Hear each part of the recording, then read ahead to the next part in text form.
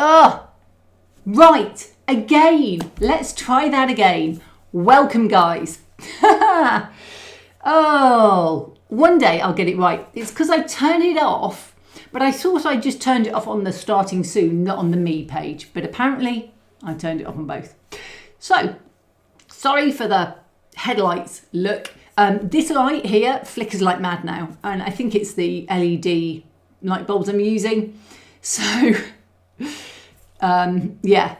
So I've got this, like, I'm being interrogated. It's like the 3rd degree. Bright light in my face, which kind of it makes my hair look really glossy. Can I just say, I really like the way it looks my hair look. It never normally has this much shine on it, but yeah. So, and yes, I did it last time as well, but last time it was because I hadn't used the mic in a while. I'd used this earlier today, and I think it had pulled out last time, but I'd used it earlier today. I knew it was working. I'm like, I know it works. I was voicing over something that I'm going to show you. So let's get going. First up, Blasted is in the house. And if I am on the right page, he has a Kickstarter going. Sorry, I should have deleted all of the... Oh, it shortened it anyway. He's got a Kickstarter going. It's got a few days left. It is for a green jungle grid forge campaign. Now, I don't really do jungle, but I know there are loads of you out there who probably want plants and jungle. So in which case, go on, give it a check out and give him some support just to get him over that line. He's still just a little bit short of funding. It'd be really nice if if it's something that people want, that they can push him across that line. And welcome to anybody else who snuck into chat who I haven't said hello to while I was having the whole woo in the eyes moment. So hello to Russ and Kabora. No, I have +1 on the no sound. I do it every week. You know, you'd think I'd learn by now. In fact, I was 2 minutes late starting because I set everything up, hit play, and then forgot to put go live. You know, just schoolboy errors. But to be fair, I do feel a bit like it's January. I know it's February, but really, I just feel like I'm drifting. It's not a great time to be drifting because I have a live stream to do. So, let's get ourselves on target. I have 3 things to do tonight. Number 1, I need to talk about my new Kickstarter. Number 2, going to talk about multicolor printing. And number 3, if there's time, I'm going to show you the rabbit hole I went down over the last couple of weeks. Yeah, I go down rabbit holes quite frequently, but this one was a big one. So there we go. Anyway, so Polite says, that's right, sorry, I'm late. Got and add that threw me out of chat. Okay, but you're back now, so that's good. So first of all, I'm going to play the trailer.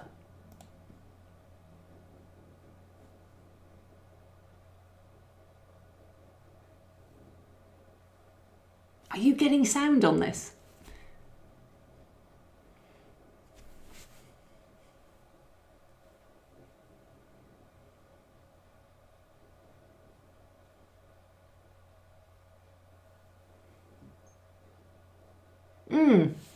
Interesting. Right. Let me start that again. Surgical. There we go. I know it seems to have turned all of the sound off on everything. The place to go when you're out of options and you need medical care stat.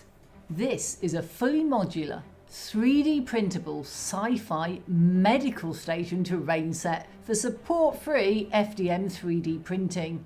It's designed for 28 to up to 40mm tabletop wargames, skirmishes, RPGs, or maybe even just a cinematic diorama. From the reception, you can visit surgical theatres and scanners, medical or back-to-tank facilities, cybernetics and general wards, private wards and consulting rooms, a morgue, quarantine facilities, and a research lab complete with blood spatter of broken tanks and cloning towers. The Medwing seamlessly adds on to Outbound Station, the Habitation Ring, my last Kickstarter, and it uses the same GridForge system. You can add a second level even for more options. GridForge makes it so easy to swap around and reconfigure for every adventure. The options are literally infinite. To make painting easier or to print in multicolor, many of the parts are split into pieces. For example, the wall panels slide in or out. We're even including a free gift. Check out this research lab desk. So what will you get? Easy to print, optimized, support-free STL files for FDM. You won't waste time, just put them on the slicer and print. It's affordable and high quality. It's highly detailed models, equipment, walls, floors and scatter. And it's expandable. Future Kickstarters and other creators use the GridForge system. So back now to get your hands on the Medwing. And remember, the early bird offers only last for the first 48 hours.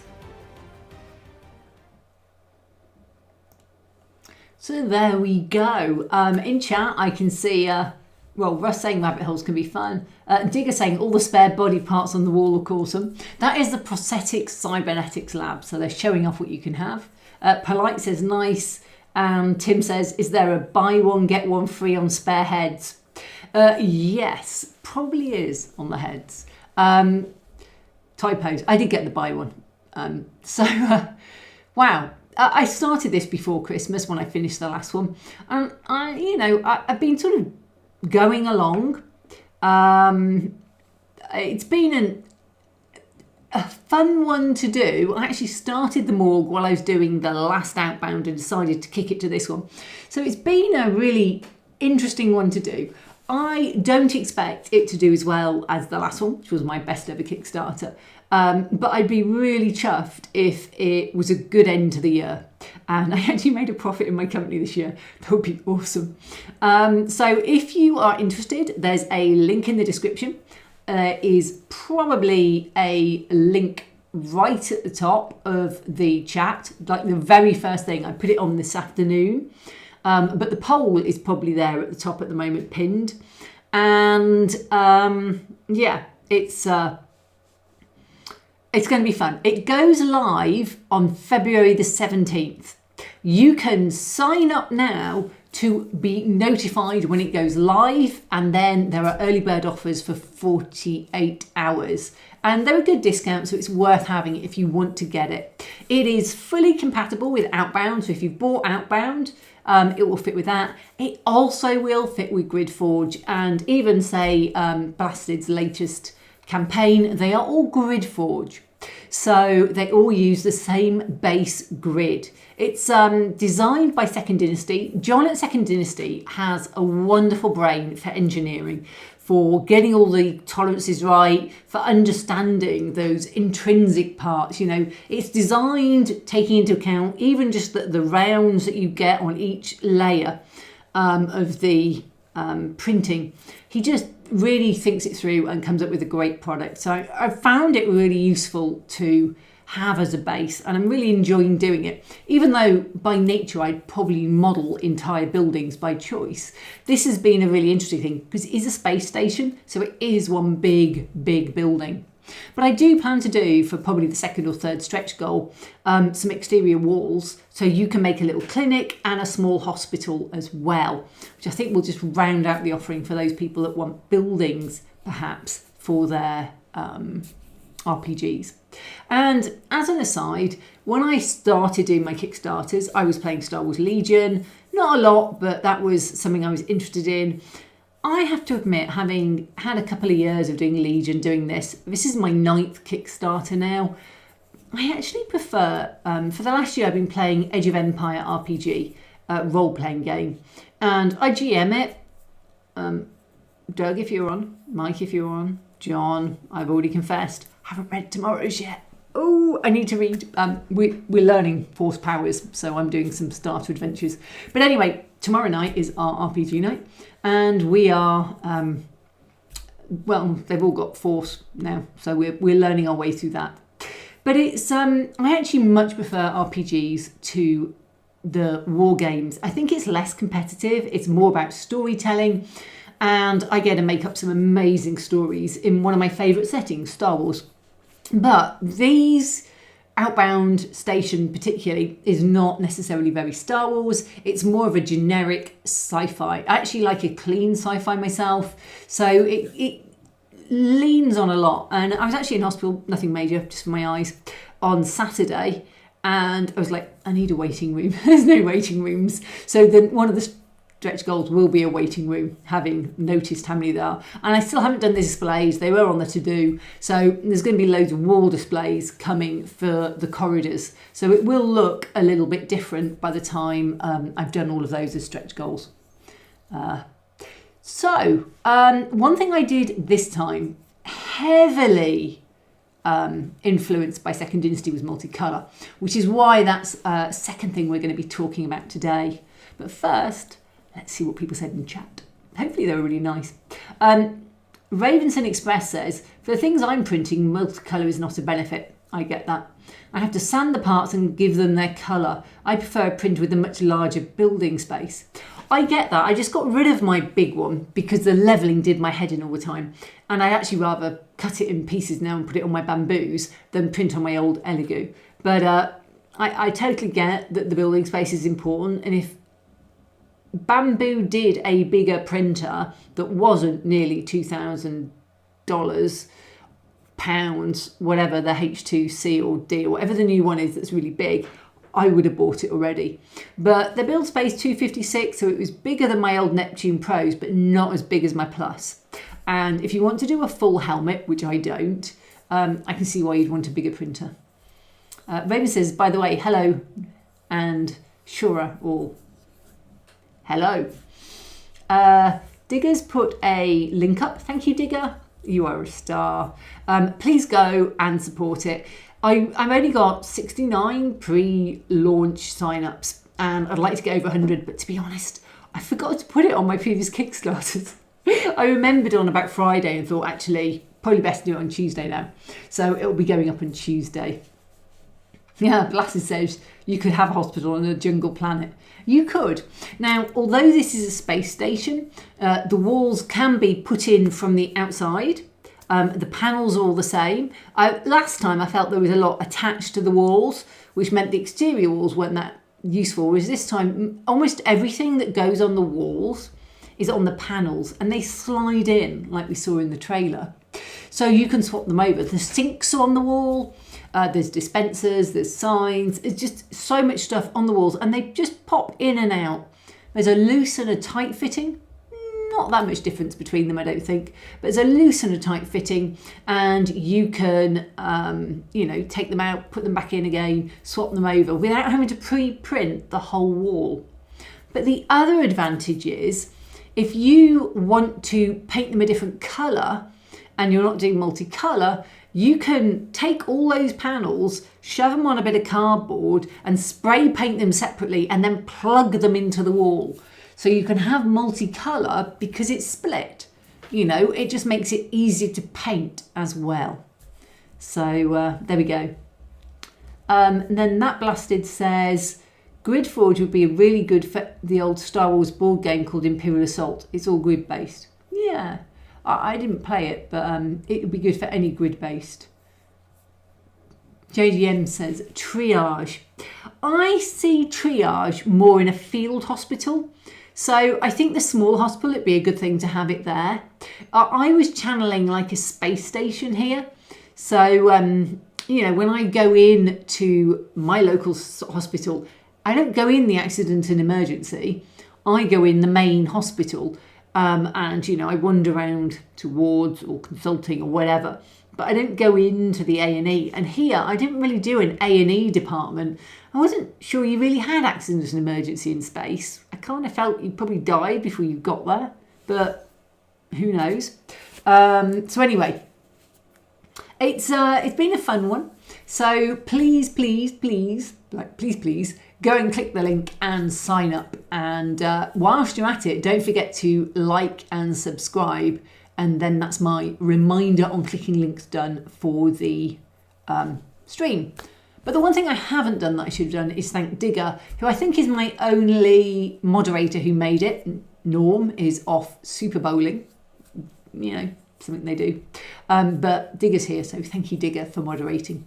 Though I have to say, it has gone smaller, thankfully, and so there are fewer issues. And the chatbots don't seem as prevalent as they used to be. But thanks, Digger. So that was Medwing. And I've also got a video of, it's not great footage, but I'm going to put this to play as well, rather than just the sort of trailer. Now, I struggled a bit with videoing this, if I'm honest. I struggled to get it all in focus. It's an extreme depth of field for a camera to do from the front to the back of one of those wards. So it was easier on the smaller rooms, but on the big rooms, I really struggled with getting sort of everything in focus, or anything, to be honest, sometimes anything in focus, because it would just be like focused on a sliver in the middle. And I tried my big camera and it was just too big. I couldn't get it in anywhere. I tried my little DJI Pocket Osmo thing, and I don't think it's got a macro lens. And it was also, and you'll see it, it's what I used for this. You'll see it has this kind of ability to get down very low because it's quite small and it's on a stick. In fact, I could wave it. Look, it is here. So it looks like, I'm not even on this. Where am I? I'm not even on this. Oh, I need to add myself. There we go. And my logo isn't on. These were just old screens I pulled out. So anyway, this is my DJI Pocket Osmo. So you can see it's quite small. The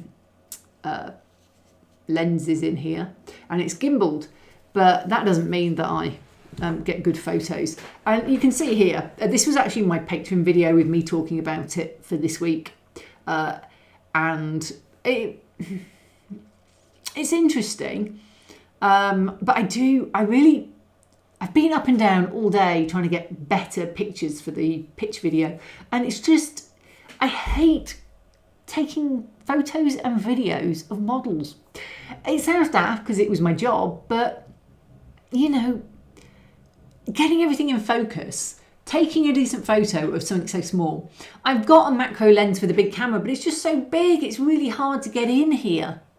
I think at this point I'm pointing out the fact that the beds are actually print separate and have these really quite difficult clips in some ways to get on, but they do go on, and it's just fiddly. But it means you can do multicolor and have a separate bed without top, without having to actually, you know, print it all in one piece. So there is definitely an issue with my photography in these, and I really, really felt it this time more than ever, I think. So let's have a look. So Digger said, my pleasure, thank you. That Blasted says, an emergency intake docking bay might be an interesting stretch goal. And that's a good point. I think that's a good one. JDM says, looks really good. Digger, thank you, JDM. Digger, it does look good, but at the same time, I'm expecting a space monster to be hiding in one of the rooms. Yeah, the trouble is, and then I'd have to model a space monster. And my figure modelling takes a very long time. Shergel says, turns out the space monster is in the ceiling. It was in the sewer district. And then Shergel, hi Shergel, by the way. Emergency rooms have triage, it's true. And they do. And that Blasted. I had the same problem with taking photos of my jungle. I only have an out-of-date iPhone, but I got some good pics. And actually, I didn't say, I ended up with an iPhone photos for a lot of it. My iPhone is a 10X, 10S, so it's really an XS. So it's really old as well. But the thing with an iPhone over, or the DJI, which was a more expensive thing, is that you can get them down low and you can get a mini's eye view and you can get them into these things. Now, actually this time, none of these are put together with clips. The rooms are, but each individual room is its own base, so I can take them apart. So theoretically, I could just pull them out and take better photos and set them up better. Maybe I'm just being lazy, but when it's like this, you can see so much to the side. I don't really want to pull them out. So I'm just going to pause the this here because this is actually relevant to the multicolor. So I'm just going to go back in a sec. and talk about that. Shergel says, consulting serves as triage anyway. Yes, I think you're right. It does in this instance. And then actually the last hospital I spent a lot of time in was for my mum's knee, and it was a private hospital, didn't have an A&E. And everyone's booked in for scheduled operations. So, yeah. Russ says, it looks sterile like the real thing. Nice. Thank you. Though I have to say, most UK hospitals I go to are quite, I won't say run down, but they're quite old. So it looks slightly less sterile. So we went on Saturday and I had eye drops in. And my mum had to drive me. So I took my 82-year-old mum who was struggling to, she's just a bit unsteady on her feet, but drives okay. So I took her in on my arm and they're like, what? So anyway, I sat her in the waiting room, sat next to her. And it takes several hours if you have eye drops. So we watched some renovating programme, and then Shaun the Sheep the movie came on. So we watched the whole of Shaun the Sheep the movie, and we were like 5 minutes off the end. So we stayed after the appointment in the waiting room just to watch the end of Shaun the Sheep the movie. It was really funny. So yeah, and Digger says yes, it does look very clinical. It does. Hi Doug, you missed my confession that I haven't read up for tomorrow night yet. Anyway, but hi, good to have you with us. So I was just going to talk a little bit about the multicolour on this. And this was actually me talking about multicolour on Wednesday. I did it for the patrons. And I've gone out of my way to make sure that these panels are easy to pop out. And all of the ones on here, apart from the 3 colour ones, would be one change. You would do a blue, or apart from that, hinges on that cupboard as well, which is sort of over there. So the panels you'd print in blue. And then you could do one manual change once you get to the top to print the white dispensers, the signs, the logos, the legs. But the bottle is in translucent, which I really like the colour of. I really like that translucent teal. But it means that's a lot more wasteful. And we'll talk about that in a minute because there will be a lot of this. Now, I'm not sure I can say the word P-O-O-P without getting a rating change because Discord bans me from calling it a P-O-O-P shoot. But there we go. I just wanted to show you that on this as I was going around pointing out the one that is triple on there. The worst thing to print in this whole Kickstarter, if you are looking at wastage and you're looking at changes, are actually the desks. Because those desks have an awful lot of changes because every layer has blue and white on once you get to the top of the desk. That's a huge amount of changes to do. And as a result, you may want to not think about doing them. But yeah. And those bottles were also 3 colour. But I've generally gone through and done some multicolour 3MFs, and we'll talk about those in a minute because I sat down before this to think about what are the pros and cons for me of like multicolour printing, because I hadn't really thought about it much. I am a devoted to printing in grey kind of girl. And if you looked at my massive cupboard full of filament, it was grey, grey, grey, grey, grey, grey, grey. And I ordered mostly ash grey. Leftover colours. I tried white, but you can see the problem with this is it doesn't photo well. You don't get enough, you get an awful lot of highlight and not enough low light. So that causes an issue. Anna, just an aside, what I'm pointing out here is the fact that the translucent isn't translucent enough for you to see all the babies that are in all of those cloning tubes, and there's a baby in each one. But my translucent clear, which might have done a better job, actually shatters in the AMS all the time. And there's so many changes for this, I didn't think I'd be able to print it without it just clogging up my AMS and then you have to physically actually take it apart. So so Bar, says Tim in chat, thinking of Shaun the Sheep, and Shergel has the cute little picture. Yeah, cute. So this is only got 3-4 colours in it. It's got white, it's got blue, it's got a little bit of translucent, and this is one of the most wasteful prints just because it's quite big. Most of them are incredibly flat, like the rails are actually quite flat. so they don't take as many changes. And then the floors, for example, are white over blue. And there's one change, literally one change. You would go in, you would print blue, and when you want to get to the white tiles, you change them. And I have to say, painting into these cracks, I did a lot of cracks on the lava. Painting into these cracks is nigh on impossible. Getting it to run down, getting it to look good, it is so much easier to do it just like this in the printer. So if I would advocate anybody to do multicolour, it's just on the flooring here. I think it really brings it to life, and it's one change, and that's easy enough to do on a G code. And I don't think I've really done much multicolour by hand, but I've paused it to put in inserts and things like that, and it's once you work out how, actually very simple to do.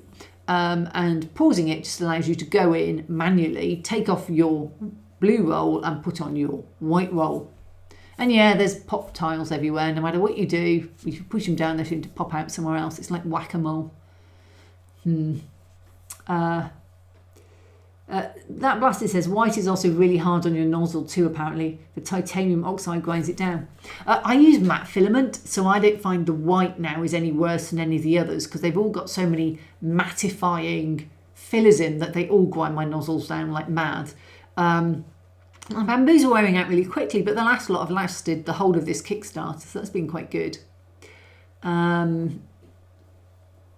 P. Icture, says Sugar.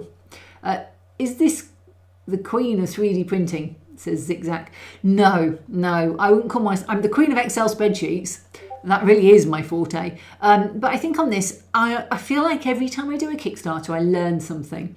And Doug Jeffries. Oh, Doug, I just read that. He says, certainly the queen of 3D printable sci-fi terrain design. Thank you, Doug.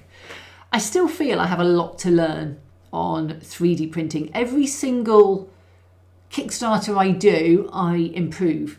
And on this one, this is some of the raw footage. That one didn't make the cut because I'm obviously not at the door and those tiles are out.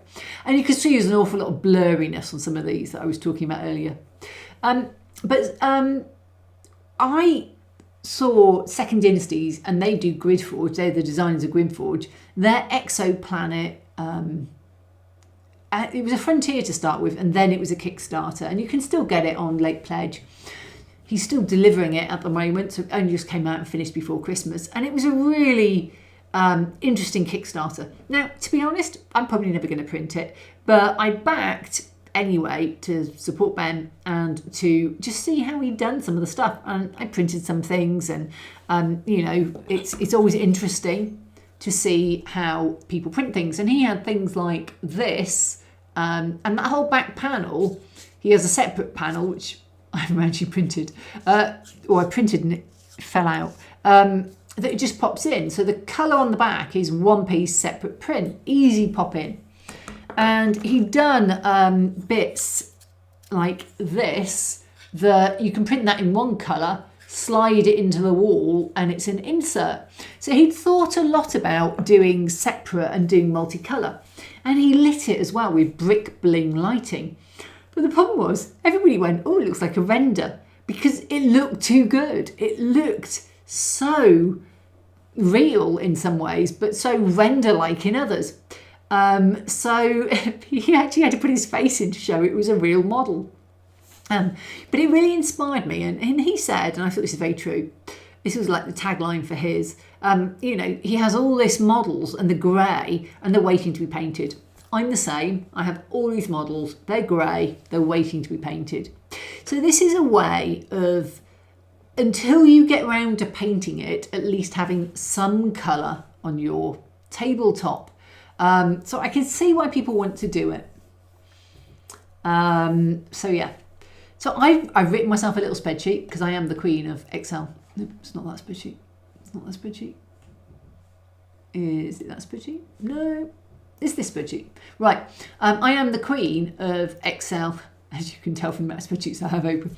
A queen of Excel spreadsheet. So I have an Excel spreadsheet with the pros and cons on it. Because, why not? But before I go through and just see what everybody else thinks and have a little chat about multicolour, Let's see what people said in chat. So that blasted. You can also learn from others' mistakes, looking at other people's 3D prints. Definitely. I printed 2 things. They're just on the floor. I wanted to do a movable conveyor belt. So I printed, sorry, this is me ducking under my conveyor, my chandelier. I wanted to print, it actually works when it's flat on the ground, and it's a movable conveyor belt. And if you turn the knob, it actually does move. And it's quite chunky. It's interesting.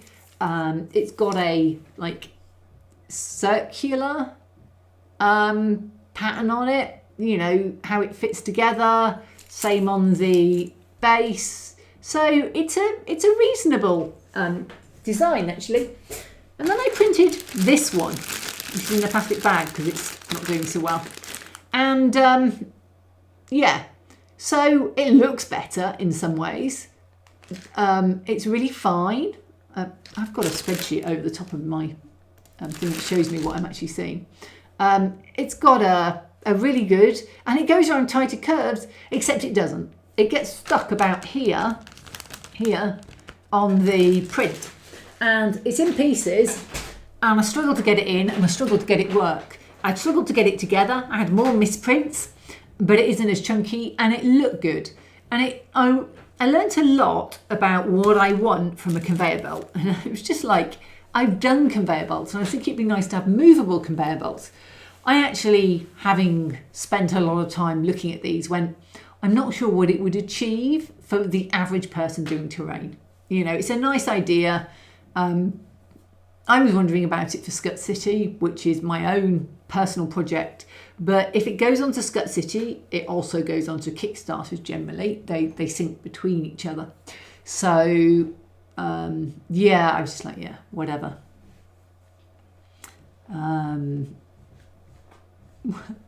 So,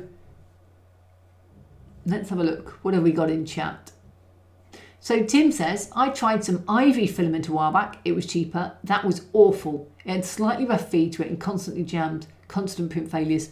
Yeah, I tried Overture for years. Fine. Overture matte broke my machines. It actually just destroyed the insides of them. It chewed them apart. So Zigzag says, oh, this is about the terrain, not the printer. Well, I think the two are linked. I thought this was a 3D printer she's talking about. Sorry, I'm actually now trying to work out what you were actually thinking I was talking about. So, sorry, missed that one. It's good to be queen, Kathy, says Russ. That's true. Totally scale models. Hello, that's a very elaborate chair you're sat on. Yes, so my grandfather bought 4 of them. Apparently there were 12 in the set, or 10 in the set, and the man would only let 4 go, and it came with a massive table, but, you know. And they had a big Edwardian villa in South Wales, which, ironically, when it sold, was worth less than my house in Knoll. So, you know, it's a thing about, you know, house prices around the country. But it was a big Edwardian villa, so they had plenty of room for these big chairs. So I've got one sat here. And you can't see it, but there are the little men in the arms. They have little balls in their mouth. They're not men, they're little creatures. They have balls in their mouth you can play with. There we go. Right, Doug says, you've got it. Medwing is a current Kickstarter campaign. Yeah, so Medwing is my Kickstarter, and it's printed in Multicolor. And as Doug says, there's a link to it posted further up. It's the first link in chat, actually, right at the top. But she's already printed it. Why does she need a Kickstarter? Zigzag, I design it, so I'm selling it. So the Kickstarter is for me to sell it to everybody else. And the print is there to show other people what it will look like when it's done. It says, isn't Kickstarter to fund the development process? Maybe. I think you'll find with 3D prints ones, there's an expectation they're finished when you're finished. and you fund extra stretch goals, so you fund additional. So I haven't done the stretch goals particularly because I wait until they're funded to do them, and that's additional models. But what happens with this is the money that I get from this then funds my next one, I have to sell it somehow, and Kickstarter has a really big 3D print terrain sales, customer base, and almost everybody expects it to be done. Now I have seen people who wait till the Kickstarter's over before they go and design it, more or less, but you can't, with 3D printing, to get the pictures to show on Kickstarter what it is you're actually going to sell. You've designed it, so it's done. So actually, for me to get all of that spread so I can show people what the Kickstarter will sell them, I've had to design it all. So it isn't the, it's a bit weird, but yeah. So yeah, and as Doug says, it's so you can all buy my design to print for ourselves.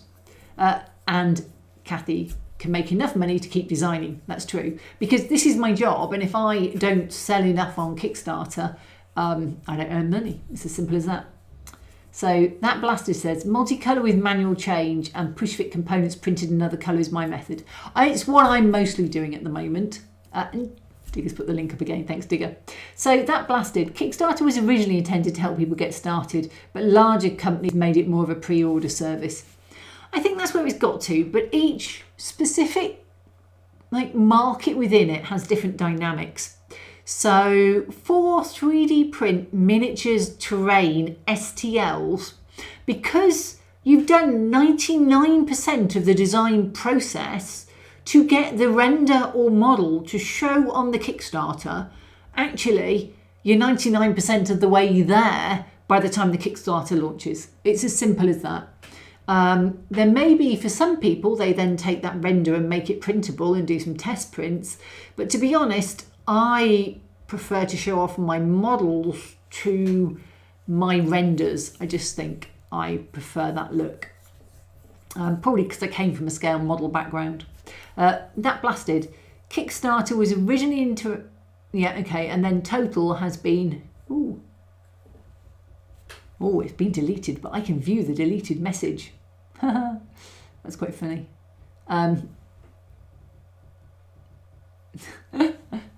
Yeah, okay. I can see why he deleted it, but it's quite funny. Okay, so that blasted. I was thinking about the whole tabletop gaming section. You need a finished product before you start. And I think that's the trouble. If you're making a one-of-a-kind pre-production model that you're then going to put into mass production and produce 10,000 of them, if you have 10,000 backers, it's very different. But for the way it works with 3D printing, to be far enough along, I can get a render to put onto Kickstarter. I've already finished it more or less. No, it's a good question to ask totally. And I know you've just said it was a little funny, no harm, but it's good to explain it, because I say to people I sell on Kickstarter and people are like, what's Kickstarter? What do you sell? I don't understand. So a lot of people don't understand, and I'm always happy to explain it, because I think, I'm here to make sure people understand why we do things the way we do. And I do it this way because other Kickstarters do it this way. And so other people then do it the way I do it because I've done it the way other people did it. So it becomes a little bit of a trope on this is how tabletop terrain is sold. Yeah. So there we are. But don't worry, I'd rather people asked and I could explain it, even if it's the 50th time I've ever explained it in my life, because, I love talking, it's fine. And it is just a really odd thing, Kickstarter. I also sell on my mini factory. So after it's here, it goes onto a normal shop and it's on my mini factory. But my sales on my mini factory are much lower than on Kickstarter. So they're getting more as I have more models, they grow. But if you don't want to do a Kickstarter, you can always find it a few months later on my mini factory. If they've got a big sale on, I tend not to put it on the shop, but the campaign goes live as a sort of pledge manager, and they manage the distribution of the STLs for me. So it goes into the My Mini Factory library. Zigzag says, how do you become a professional at this? That's a very uncommon job, lol. Yeah, I was an accountant for 25 years.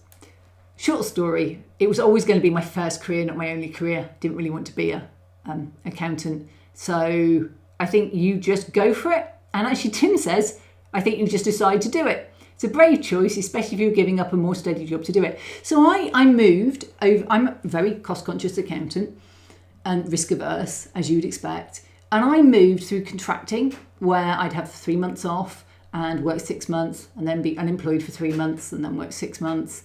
And at one place I did 4 years in 3 contracts with 6 months, 3 months off between each contract. And you get used to not having a steady income and not worrying about money. If you worry about money, this is not the job for you. In fact, if you want money, this isn't the job for you. I've paid my mortgage off. I was a well-paid accountant for enough years, and I've got parents who are of an age, I mean, I'm in my 50s, but they're of an age where if I am short on money, they're happy to give it me. So I'm in a very blessed position, and I know that. But it means I get to do fun things. And, I'm blessed. I feel very happy about it. I enjoy my job. I love my job. It's great to be able to do it. But I would say that for a lot of people, they would find this very stressful, not having enough money. I mean, I've had this jumper for years. The only new clothes I buy are Star Wars t-shirts. Most of my big expenditure comes as presents. I want a new set of towels. I'll say to mum, "Oh, for my birthday, could I have a new set of towels?" It's that kind of thing. And I've talked to other people who are content creators on YouTube. It's the same. You cut your costs because you know you're not going to have much income.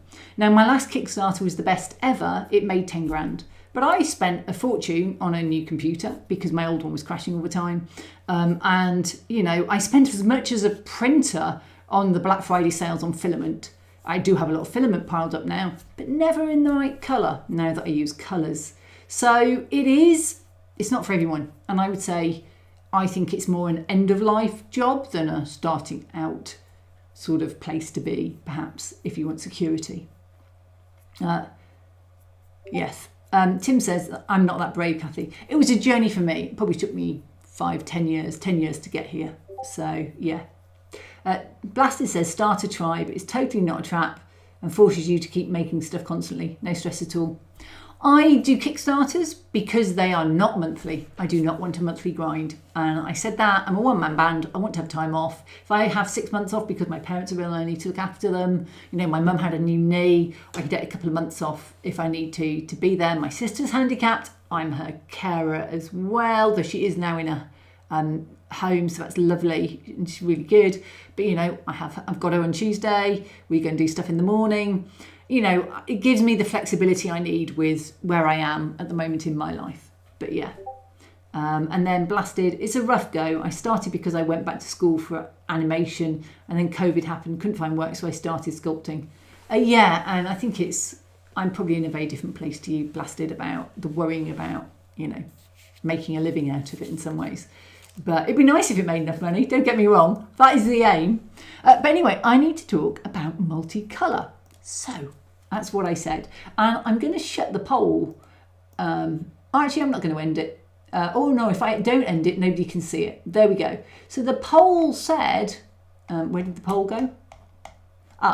79% said it's worth it. 21% said it didn't. And it's 19 votes.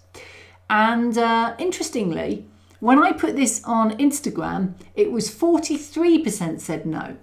So I would say, and at the start it was roughly half and half. So this started up at 100% yes, which means a lot of the people that are on are keen. It's worth thinking though. So I've done pros and cons. Always good. So I'm going to run down them and feel free to jump into chat if you agree, disagree, kind of have a different viewpoint. So first up, it's a time saver to have at least your base coat of paint already done. So I had started in previous Kickstarters, specifically in my training grounds, to use the colour that I printed as the base colour for the print. So all my concrete buildings were printed in bone white and then I weathered them. But the con of it is it does need weathering down in many instances to look good. But you don't need to do that base coat.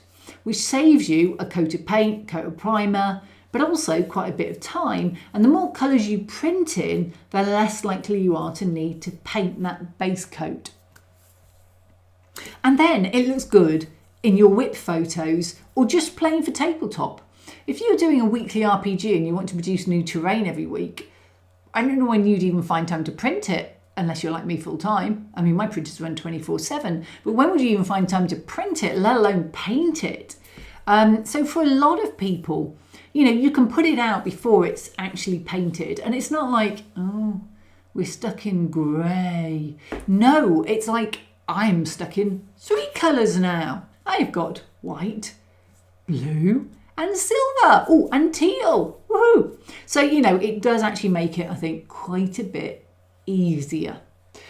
On another plus point, you can do one or two changes manually without an automated material system, with very little waste, and very little time waste. You know, it's not that hard to stop it. Most printers will keep your bed hot, your nozzle hot, and just do a G-code stop. I've done one before now, and you manually insert it. It's not hard to do. I think that was on Presser Slicer I did it. I've not tried it on Bamboo because I don't need to. But it's really, you know, it's really interesting, but not too time consuming to get something quite basic. And my tabletop tiles would be an example of that. Those, the ones that had the flooring, blue and white, and the blue just elevates that white like 1,000,000%. So I would definitely, and that's one change. But the downside is my printer, which is a Bamboo, whoops, she says dropping them already, produces one of these for each layer change. Now these are POOP, and you can see this was white to blue and red to blue. And these aren't actually multicolour prints. These are probably it just purging out the white when I did a white print previously and went to a blue print, because it doesn't unload the nozzle until you set the next print to go. And then it goes, oh, I need to purge. And these are purge. Now you can put this purge into an object and create an object with it. The object has to be taller and big enough compared to your model, and you have to want to print it. So some people will purge. I did some rocks with mine because I'm going to spray paint them black, and decided that frankly it wasn't worth it. My printer for, say, my clone babies, those so many changes. And once I went out with half an hour left to go, away for the weekend, to pick my dad up, and it clogged and knocked the tool head off because the back of the chute, the POOP chute, got clogged with so many changes because the translucent's really quite sticky, I think. It all lumped together. I had to get my 82-year-old mum to come around and unclog it. She's never been around my printers before. She can't reach around the back to get to the back of it because it just pops it out the back of your printer. And you can, the first thing you 3D print practically on the printer is a little POOP chute to collect it in, which you need to empty a lot. Otherwise it sort of pops it out inside by mistake, or just litters the whole back of your 3D print room with bits. And you can end up with handfuls of these. You know, that was a really wasteful print, but I filled the entire print bed with babies. I think there were about 40 of them in the print. So, and then they don't show. That's the most gutting thing about them. You literally cannot see them. Yeah, not happy. I need a slightly more translucent. But I find the really translucent is quite brittle, which is probably why they don't use that on Bamboo, because they want to run it through their AMS. They don't have a clear, because I think it is just too brittle. So, yeah. But that is the big downside. Right. Let's see if chat said anything. So that Blaster says, but grey is still good if you're running a more noir style RPG adventure. Lol. Yes. Well, yeah. Okay. I would suggest if you want to go noir style, at least do a zenithal highlight and spray it all black and then some white, so at least they feel like they're in a noir. Doug says, my players get grey terrain, unless they're in the sewers. Isn't that the place where grey would work best? Oh, sorry, Kathy, not my sewers. I did a sewer district. And then there's people saying the POOP word. POOP, pile of off-cut product. Yes. So anyway, you get piles of this. And I picked these two at the bin. I filled almost a bin with these and all of the plastic bags that come out of the filament. Because I mean, I will go through, I'm running 24/7 when I'm test printing, and I will go through filament like nobody's business. I can easily be ordering £100 at £10 a roll, £100 a couple of weeks or something, you know. So I do produce a lot. Rush just said, it is too bad the POOP pieces, I just think it's funny now, cannot be recycled to printer. They can't be. I see people try and recycle them, and what they do is they take a handful of these and they put them in a mould and they heat gun it and they melt and then they fill it up. And I'm like, there's nothing I want to do that with, so mine just go in the bin. Somebody told me they were selling them on eBay. Whether they're actually selling or not, I don't know. It is bad that they can't be recycled, but they are mixed colour, so you'd end up with a muddy colour anyway, I think. So yeah, waste is the biggest problem for me for multicolour, and I have an AMS. I love my AMS, and as an aside, I would have my AMS even for not multicolour, because it keeps everything enclosed and it's got loads of silicone beads in there, you know, the silicone beads that keep everything dry, so it's not humid, and I can have a backup roll-on that will swap in the middle of the night. So if I'm printing white and I have 2 white rolls in, when the first white roll runs out, it will automatically swap onto the second white roll. Now at the moment I've got 4 colours in, so it doesn't do that. But for nothing else at all, I would have it for that, because it means that when I come down in the morning at 7 and check it, it hasn't run out and stopped, it started on the next one, which is really, really useful time-wise. So Outblasted says, I'm really considering making a silicone mould for supported clips and melting the waste into clips. I wonder how the the properties of a clip is when made out of melted compared to made out of layered. I wonder what it changes, you know. So next thing, you can actually reduce the waste. I talked about putting these into an object. You can purge, because these are purge pieces. So what happens is it gets to the end of the colour and it goes bzzz and pushes it down the hole. And then to re-pressurise the nozzle, because it's now vented all the nozzle, it does a prime tower, which I didn't bring. There's probably one in the bottom of my bin somewhere. But anyway, I didn't bring, but it depends how big it is. They're about this big at the moment on bamboo, and it's as high as your last colour change. Mine is normally blue with 1 white layer on if I'm doing, say, tiles. So I try and do very flat prints for multicolour, and then it's not doing too much of a prime tower. And if you have 2 colours and you're printing 2 colours for every layer, it only needs to swap on every layer once, because it will print blue on 1 layer, swap to the white, print the white on the next layer, then print the blue on the next layer, then swap to the white. So it isn't swapping twice every layer, just once every layer. But yeah, it is this is purge. The prime tower has a different purpose, and people get rid of their prime towers, but then you're more likely to end up with artifacts and blobs on your final print. But you can make it smaller. So you can go reduce the amount of flushing. If you're not careful and you don't flush enough, especially if you're going, say, between black and white, your white can end up grey with just colour over. And Bamboo recommends flushing amounts. I've just put all mine to about half, but there are websites you can go on. It will tell you exactly the amount you need to flush and all this sort of stuff. So yeah, it's a bit of an art form in itself, but you can reduce it down, and you just keep slicing and seeing what happens to the amounts. On Bamboo Studio, it tells you how many grams are going.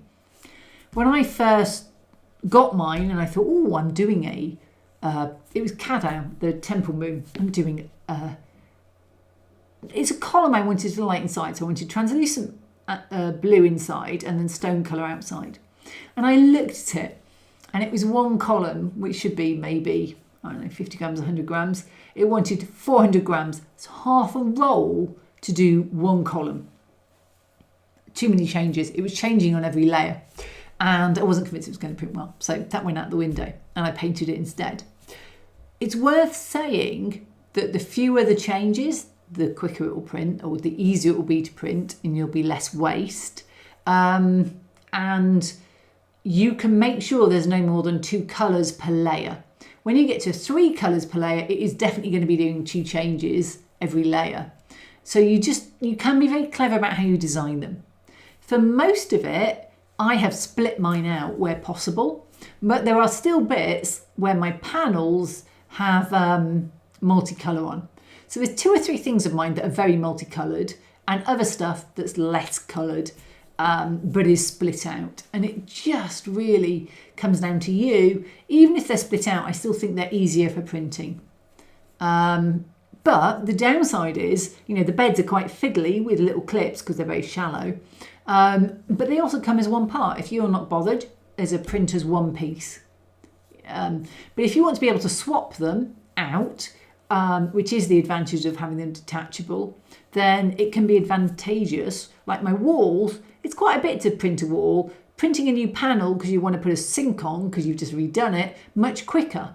So you can just print a panel, swap it out, put it in. And if I use that same sort of swap sort of panel size in future on a different arrangement, like put pipes instead of a slope at the bottom, you'll be able to use the panels from this Kickstarter on a future Kickstarter. So it starts becoming a better system.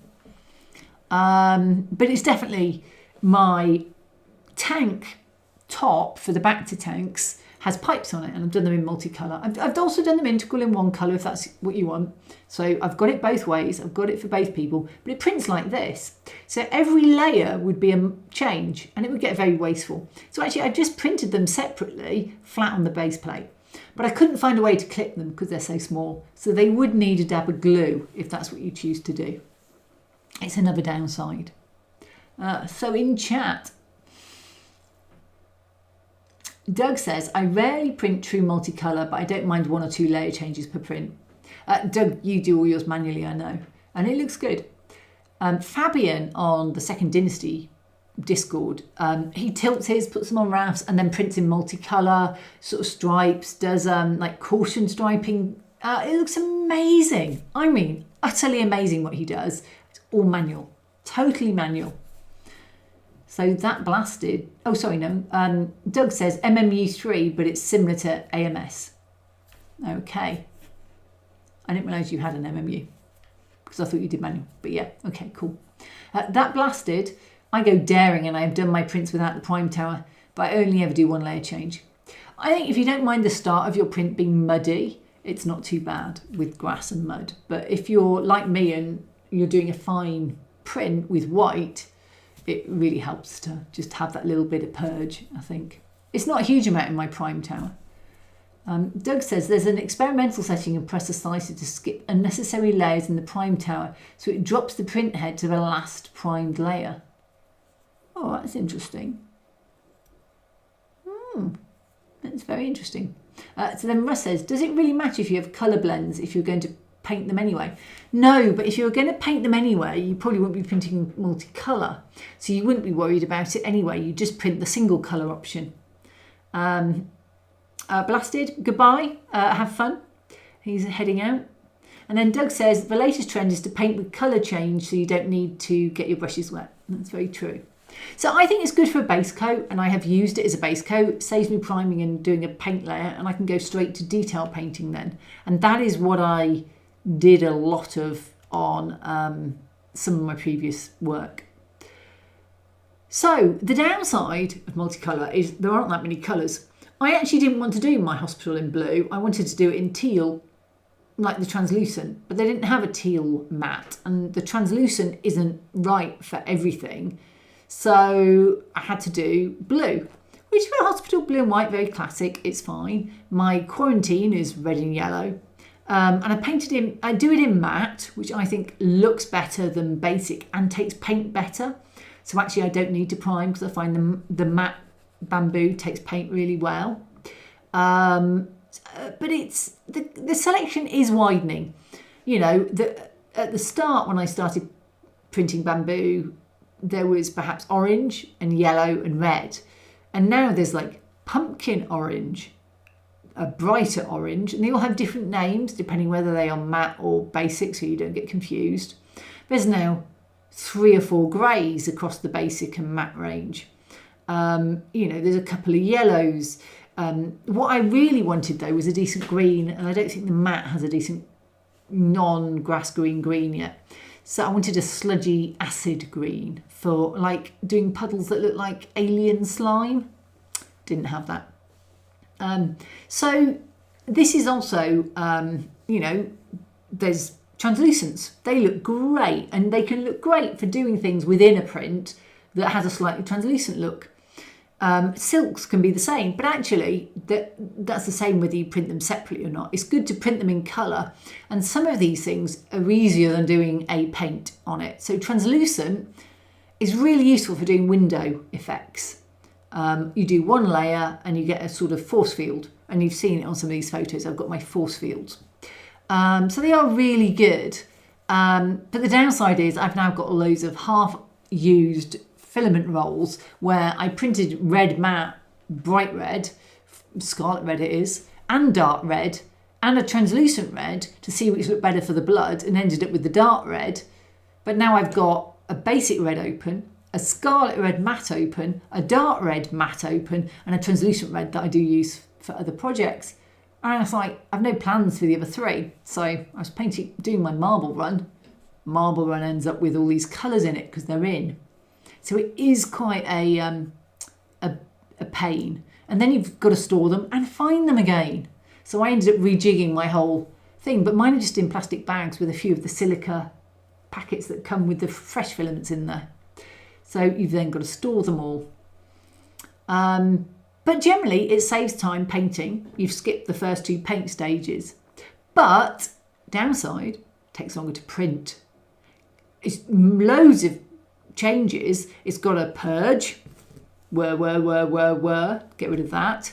And with mine, it's got an automated system, so it has to then wind it back, wind the next one out, purge a bit of that, and then you know, well, it purges that, and that's when it purges. Then do the prime tower. You know, by the time it's done all that, and it's doing it on every layer, it can take quite a while.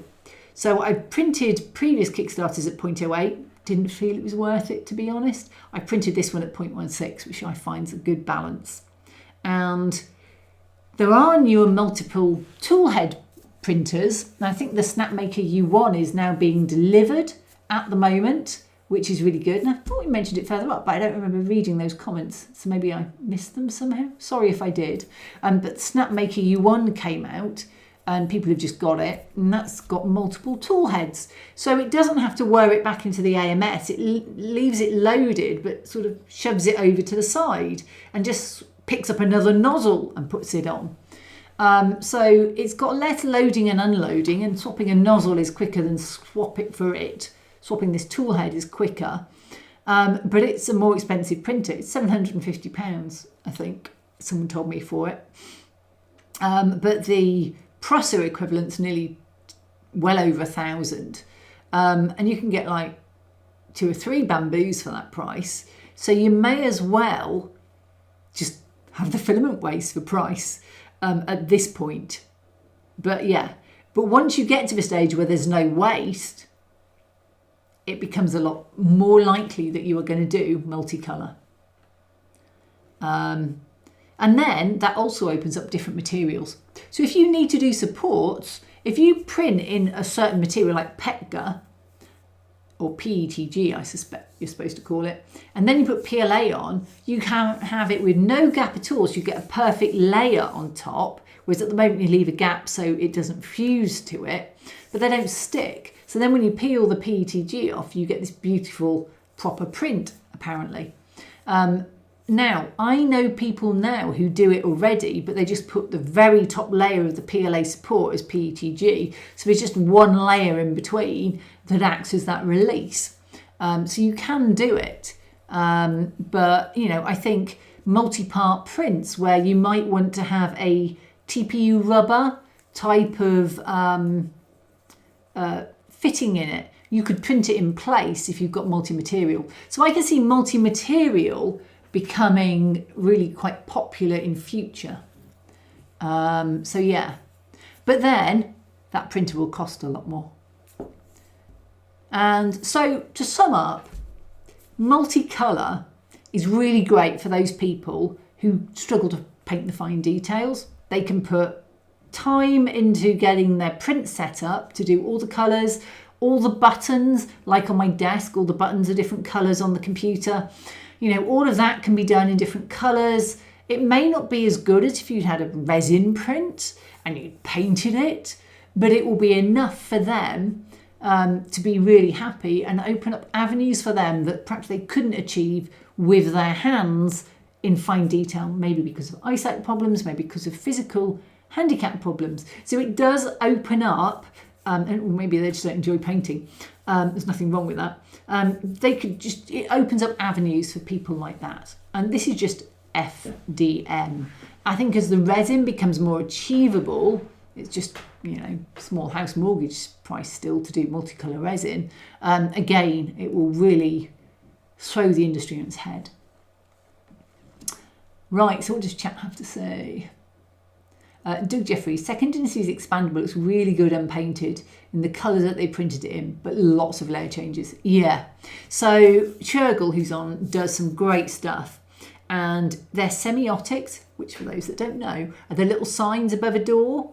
They can paint in, say, black and yellow, and they get the little sign, and it's just layers. Each layer gets a different colour. And it really is easy to produce those signs without having to paint them, and they are fiddly to paint. So Doug said Kathy's Medwing just needs one colour change for most of it. The only ones that don't are the 3 colour panels, but I've done 2 colour panels and 3 colour panel options, so you can just pick whether you want a 2 colour or a 3 colour. 2 colours will be one change, 3 colours will be multiple changes, and it's just, and I put the 3MFs in. Delete out the models you don't want to print or the plates you don't want to print. Right, so I think the translucents are really only useful for lampshades. That's Churgle. I just like the look of them. I think they give a really different look. Let me just show you what I mean. So, nope, is this Welcome moving? to the Medwing. So, I did this. Okay. To make painting easier, the options are literally... Stop. Right, these are in matte. All this is in matte. These are in the translucent. And I just think, and that actually is translucent as well and see-through. And that's translucent and slightly see-through. But I think the look you get on this is just different. So it gives it another level. But the downside... I'm just going to have to zip till I find this. Okay, so the downside of them is very clear here, where the tabs that I use to put... Oh, really? That's what you were going to do? Did it do? Sorry. I know what I did then. I think I pressed stop. So the tabs, because the translucent's so thin at that point, you can see the white tabs. Now on this, it just looks like an effect. But actually, it would annoy me if I didn't want it there.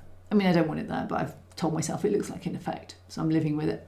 And that's a pain. So, but I think this has a certain look to it, and it's a very different look to the building next door, which is the blues. So your mileage might vary, but it's interesting. Shergel says people are getting you ones. They are, but as I said, at the moment, I'd rather just live with the filament waste until the market's settled down as to what the clear winner is. So it just, I didn't buy a bamboo for about 2 or 3 years after they came out. I've got 2 of them. They're going rock solid at the moment. I still have to design for most people who, and you saw from this roll, there's a lot of people who aren't into multicolour. So my prints have to work for both people with automated material systems, AMSs, Russ, because you asked the question, what is an AMS? So automatic material system, which basically rolls in and then rolls back the filament for you, so you don't have to do the change. It will automatically change it for you. So I can leave mine to print multiple layer changes, loads of poop, and it will automatically do it for me. He says closer to 3K. I think that's the price of the presser, for the presser with enough heads to matter. Yeah. So that's the trouble. The U1 I think is quite a reasonable price by comparison. But if I look at the presser one, the stuff's just bolted on the outside at the moment. What I like about my automatic material system, my AMS, is it's an enclosed system with tubes all the way, so I'm not having humidity issues. It has rained for weeks now. You know, I don't want that humidity coming into my filament because it causes the stringing and makes it look less good, which is important to me as a designer for test prints because, you know, they have to look good. And then Shergel beat me to it with AMS is the automatic material system that allows changing filaments on bamboo printers. It allows automatic changing from a set of ready spools. Yep. There's also water-soluble support material that otherwise prints like PLA. I do actually have some of that came with it, Shergel, but I've never needed my supports to be that loose. And the thing I've just printed with supports is a marble one, which I'll show you in a bit. Sorry, Doug. I did say that if there was time, I'd show the rabbit hole whilst talking about other things. Just put it on in the background. I actually have got David Sheff's latest Kickstarter, and he did minis in FDM with support ready done as a package and resin minis. And so I need to go and print some of those just to see what they're like. Shergel says AMS, CFS, MMU, all kinds similar. One nozzle and they cut, retract, purge to change materials colours. True. Shergel, it's February. It's 2 years since the Verna spaceport already. Oh, is it? Oh, wow. Russ says, do you have cameras and lights on your printers, Kathy? Yeah, bamboos come with it as standard.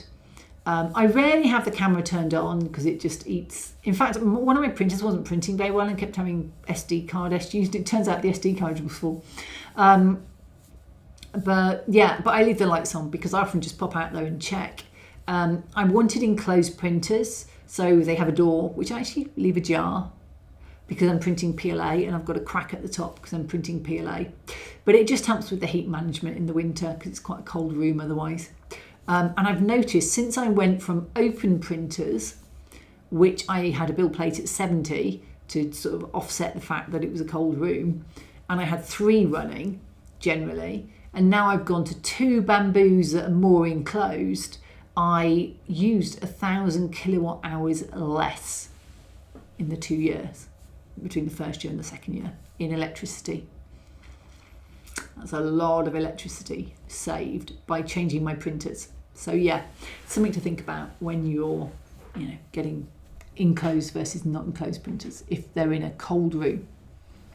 I'm going to actually, now I've mentioned it, put up movie number 3. I can't hear how loud that is. Is that really loud? It's really loud. So this monstrosity is what I've been printing. So, devil know this. I printed my dad a marble run for Christmas. It was one of those things. I went on Maker World and went, oh, what shall I print my dad for Christmas as a present? I did them all Shaun the Sheep toilet roll holders. And Yeah, I think you might not. Let me turn the video down. It's a huge rattle, isn't it? So, this started at Christmas because I bought my dad, I wanted to print my dad a present. It was like a week before Christmas and I needed to paint some presents. I did Shaun the Sheep toilet roll holders. I think everybody I know did, which Shergel, I think, started us off on, and decided that I would print him this marble runoff Maker World. And it has a spiral that you twist. I'm not on this, I just realised. Not even available on it. It has a spiral that you twist, and it 3D print marbles. It's all in one print bed, print in place. You twist the spiral, the marbles go up and then come running down 2 different routes. So it was quite fun. If I jerk off into nowhere in this, it's because I'm trying to free up my paddle wheel that keeps blocking. So I only actually started this 2 weeks ago, week ago, and I printed it all because I'm on marketing week, so I'm not actually printing for my Kickstarter. But this paddle wheel keeps jamming. The other paddle wheel's fine, and I think it just stops in a position, unlike the other one, where the marble doesn't automatically go all the way down, it just sort of rests on top. So I started with the white bit, then I did the silver bit, then I did the blue bit, then I did the chairlift, and all I really wanted to do was the white bit and the chairlift. But the chairlift needed the silver bit. It didn't need the blue bit, but I did that anyway. The silver bit, the back white bit, the red bit's a new bit on it. And anyway, by the time I'd done all that, I really just wanted the chairlift. And it's because I have this vision of Scut City has a lava cavern at the bottom, and Scut City is my massive sci-fi city display space that is more talked about than achieved. It's got a lava cavern at the bottom, and I wanted the idea of these bright blue plasma balls, as in Star Wars, flying all around, not flying, but, you know, moving all around it as if they'd been mined. Trouble is, the plasma balls that I put in here actually jammed this up. They're 12mm and this is 14mm, and they kept jamming it because they're just setting the screws wrong for this. These are 14mm plastic, so they have very different arrangements. But yeah, I'm really shocked the chairlift worked so well. It was seizing up a lot, but now I've taken all the glass marbles, or all the ones I could find out, it seems to go a lot better. So the loop at the back, which I'm obviously waiting to see a loop the loop, but I think a yellow one comes in a minute. Oh yeah, and there's the chairlift just blicking up. The top moves up over time. So anyway, this is a rabbit hole I went down. I'm just showing you because I've spent a week creating it. And it amazes me it works. It picks them up. That's the little funnel. It's an extra if you want for when it drops them. And then drops them off. It's amazing. Those actually come, the conveyor belt is fed by a wheel. You can just see it moving in the bottom there. It's sort of been enclosed in now. And that wheel, you'll see a marble goes in, the green one, it goes round on the wheel and then comes out a second later. It's just, anyway. I also then, having done this, went down a massive Lego great ball contraption. Yeah. So the logic went, 3D print for my dad for Christmas. Isn't this exciting?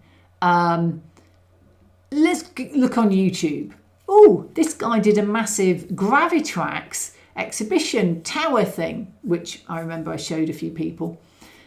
Oh, that's exciting. He's got a cheese slope spiral. What's a cheese slope? Oh, it's something from Lego. Oh, Lego do this thing called the Great Ball Contraption. Cue watching loads of Great Ball Contraptions and thinking, well, if they weren't stuck using Lego, they could do it in a quarter of the size with some decent 3D prints.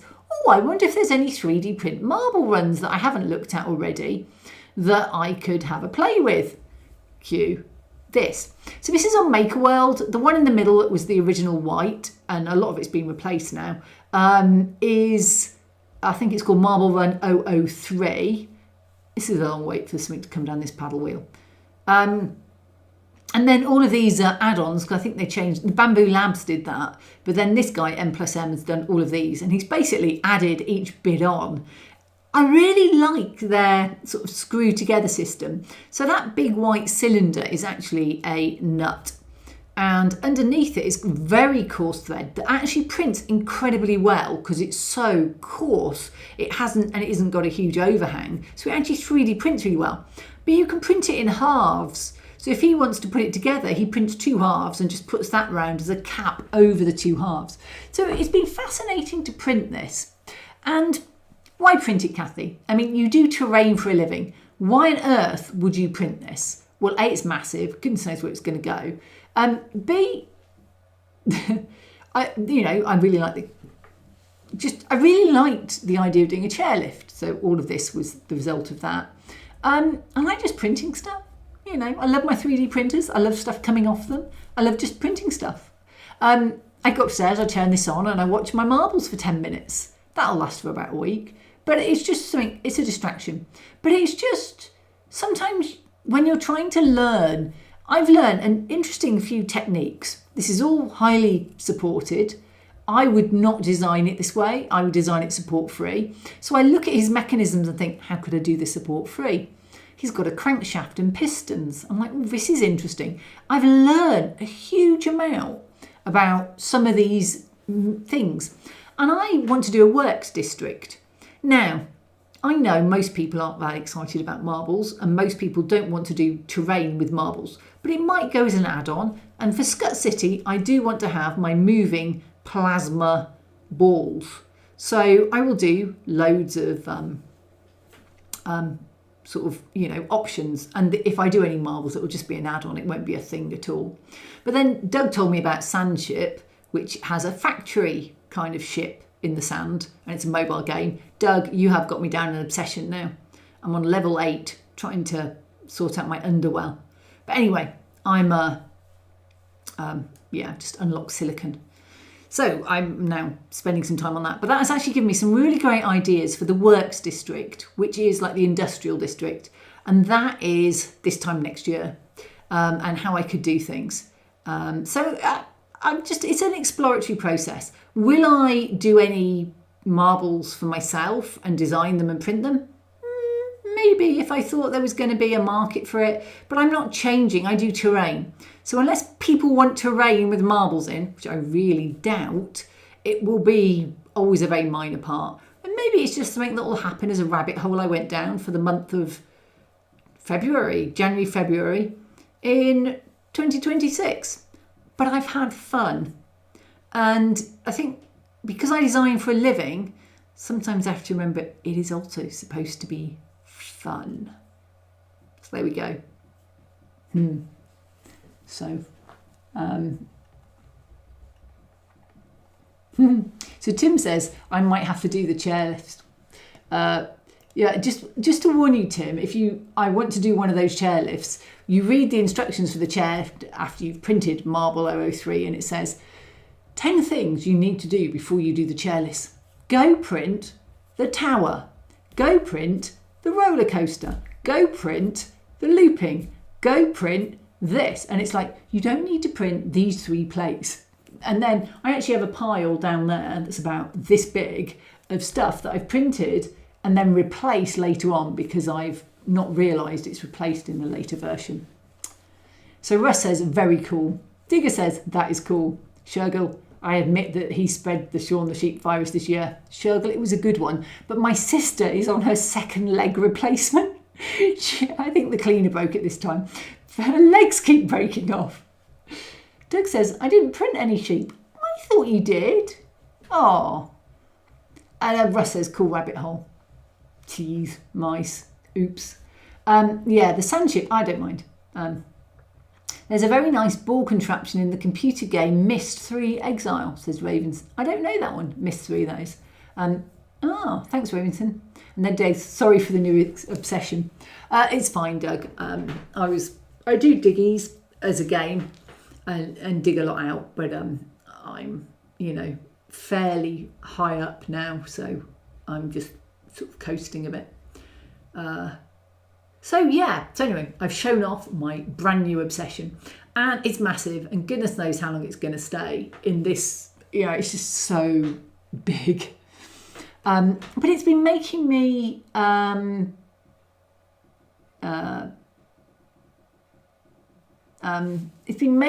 think a lot about machinery, gearing. So at the moment, I'm also printing, and that's what's just on my printer at the moment.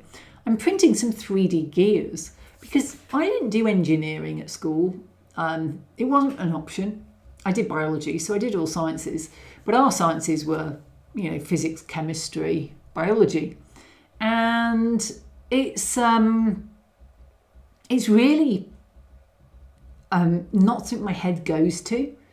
So I've had to work through. I look at a lot of the great ball contraptions.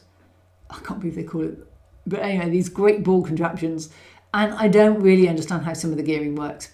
So I've got a differential I'm going to print because I couldn't tell you how a differential actually works. I understand notionally quite a lot of it, but I'm actually printing the educational 3D print versions so that I can physically use them and get my head around them. So it's another great use for 3D printing, and I'm printing them in 2 colours. They are separate prints. I will combine them. I think that's a really good use because the gear will stand out, and I'm doing a blue background because blue's in, and a white gear. So I think it will really stand out. Doug says, say hi to Kai for me. I haven't met Kai yet, I don't think. I've heard of them, but I haven't met them. Doug says, eldest is asking about your stream. They want a marble run. I'll probably just give you this one, Doug, if you're desperate. The other thing it's worth saying is I actually used the Maker World. I've got some Maker World marbles in there, but they do a little marble set which has the marbles and the motor in it. It's a USB motor, and for the chairlift he wanted a fan speed thing. Actually, I think I've got the spare one on the floor. So you get this packet. I can't remember if it was $5.99 or $6.99, and it literally is a USB speed. And I thought this was because it looks like the bit here looks like a little wheel, but actually it's a rocker switch. You push it in or you go left or right, depending on what to go up or down. And you can say how many volts you want delivered, so it basically gets higher or lower. It's really clever. You have to put it together yourself. You screw the front on the back, realise you missed the very back and screw it, realise you put the middle back on the long way around and screw it. But apart from that, it's really simple to actually put together. And it was like $5.99, I think. I think the motors are $4.99, or you can get the kit with the marbles for a tenner, which seems really expensive, £5 for the marbles. But marbles are expensive, I've discovered. But yeah, it has been fun to do. It's a little bit of I said to Doug, who is my terrain person I ask questions of, what do you think to marbles and terrain? And his face was, yeah, Kathy. I'm like, yeah, it was just a rabbit hole for me then. So yeah, what else have we said? Oh yeah, Ravenson. Finally, the ball contraption is like a roller coaster and you're sitting in it, but without rolling all over. Yeah.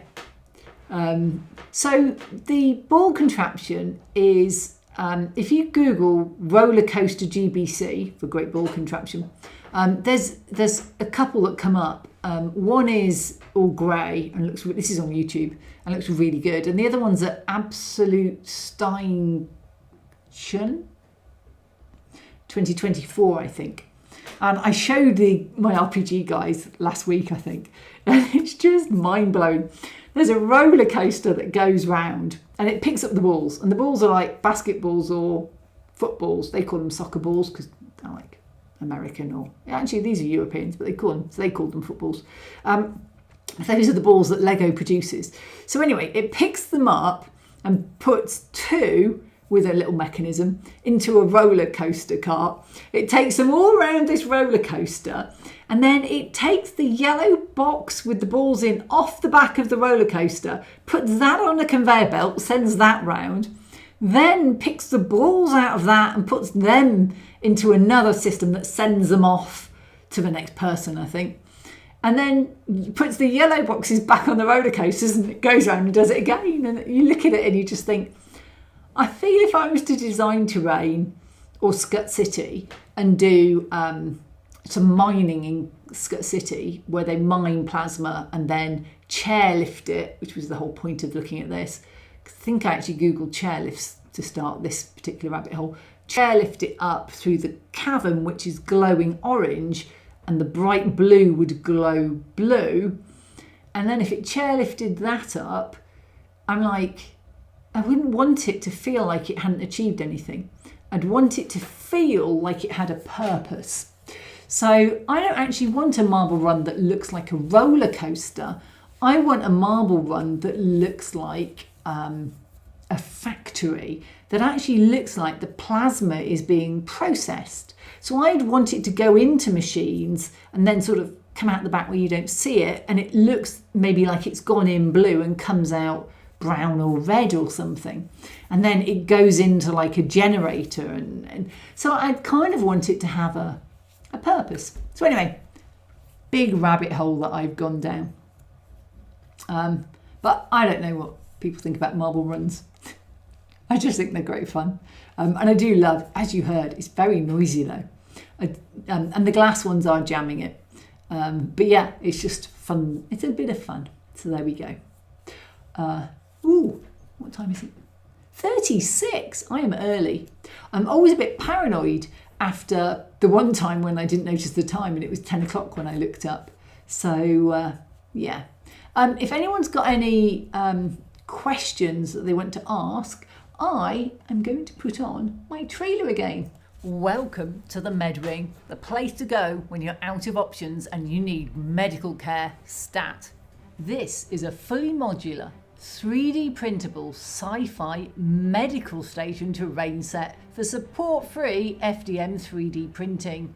It's designed for 28 to up to 40mm tabletop wargames, skirmishes, RPGs, or maybe even just a cinematic diorama. From the reception, you can visit surgical theatres and scanners, medical or back-to-tank facilities, cybernetics and general wards, private wards and consulting rooms, a morgue, quarantine facilities, and a research lab complete with blood spatter of broken tanks and cloning towers.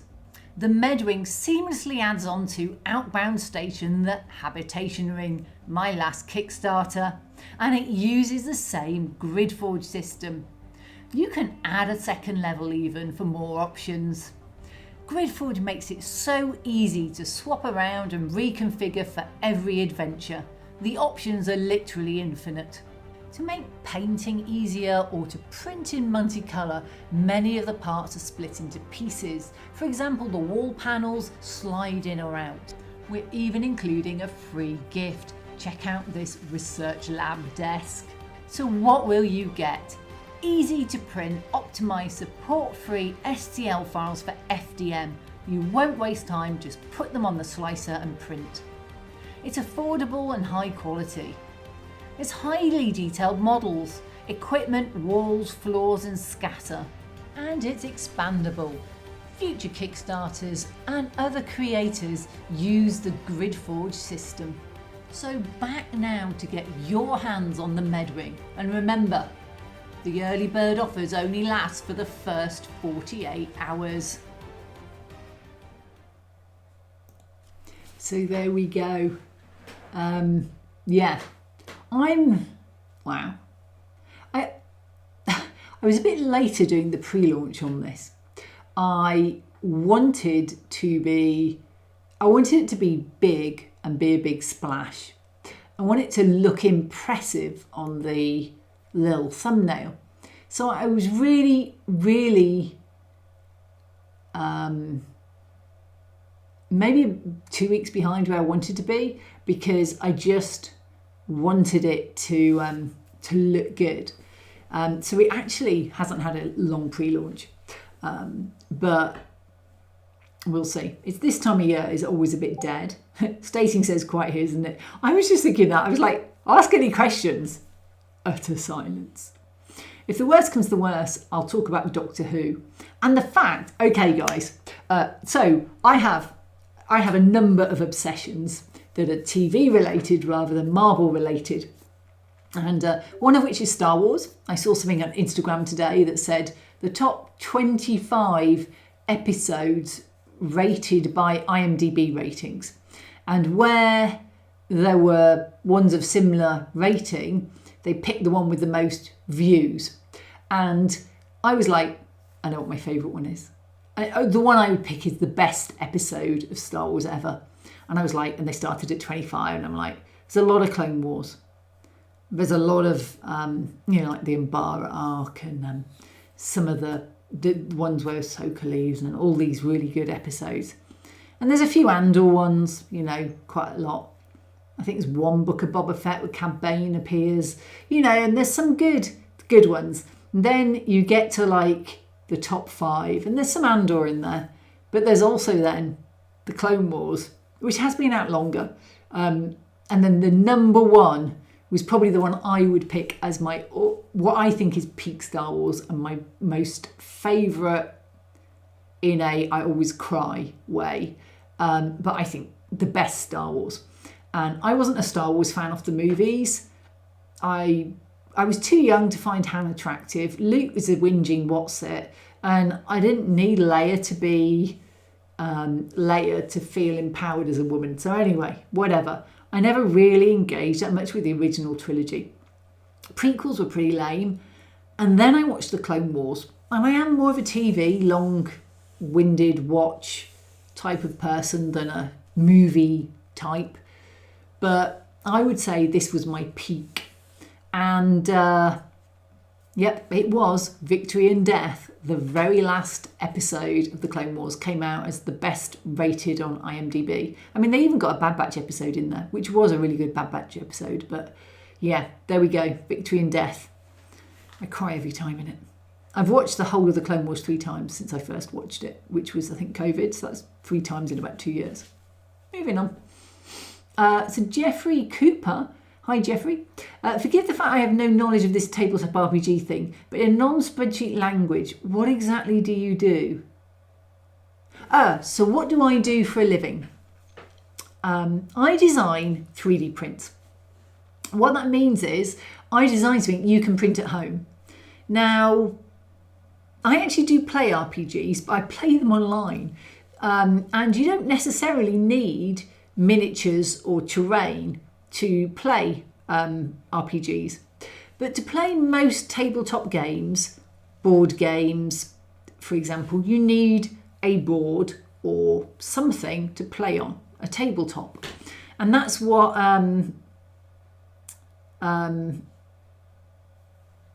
that's what you do. I create a tabletop for people to put down and play through. So my last one, you might be playing Alien and you want to go through a kitchen. You might be playing Halo and you think, I'll go through a kitchen. It was that kind of feel. This time, you might be playing an RPG where you've gone to a medical station and you have to work out why it's empty.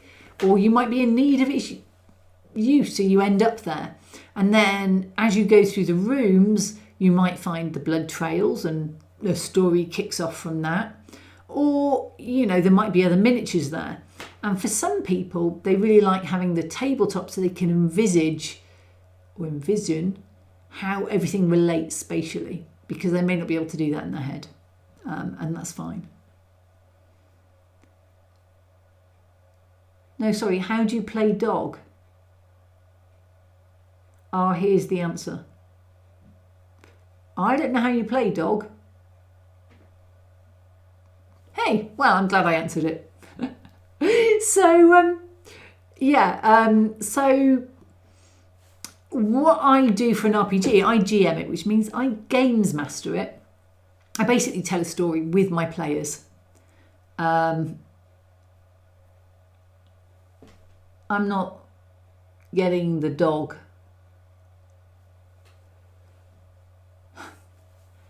So I'm doing a story with them. It's a story. I just tell a story that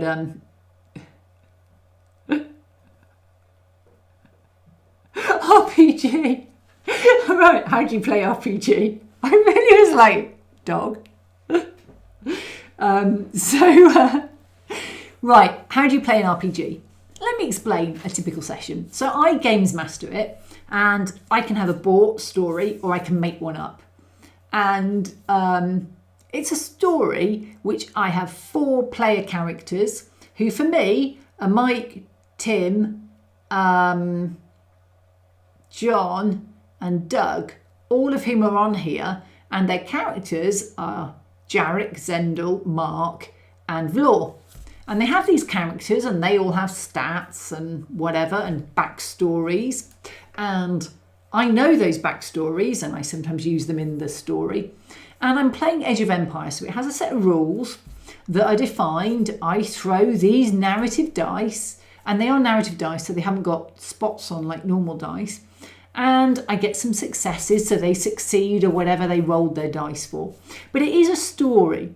So it might go somewhere along the lines of, last year it was the Great Artifact Hunt. So they might have to rescue this artifact from a temple.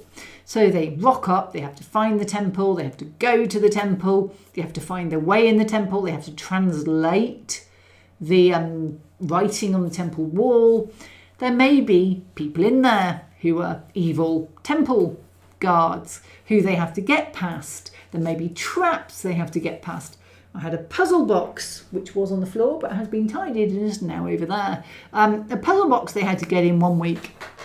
And we basically do this story together. There's an overarching story I had. They actually are based out of Scott City, which is my model city that is more bookshelf than city right now. But hey-ho. Bookshelf with no books, but with like models in. And we cooperatively... I steer, they respond back, I do what they suggest. Doug might say, it's the droids.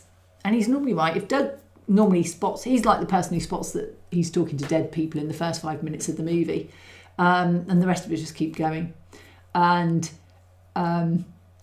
Russ says it is a role-playing game. Doug says we go shopping a lot. I cannot believe how much they want to go shopping. It's like, can we go shopping? Okay, you're in Scott City. It is a major shopping hub. You can get anything you want there.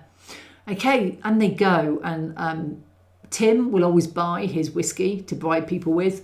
Doug likes his sort of guns. He's got some really good guns. They go to Zabrak Meats because they're obligate carnivores, and they go buy some food. They quite like the Leaping Frog place as well.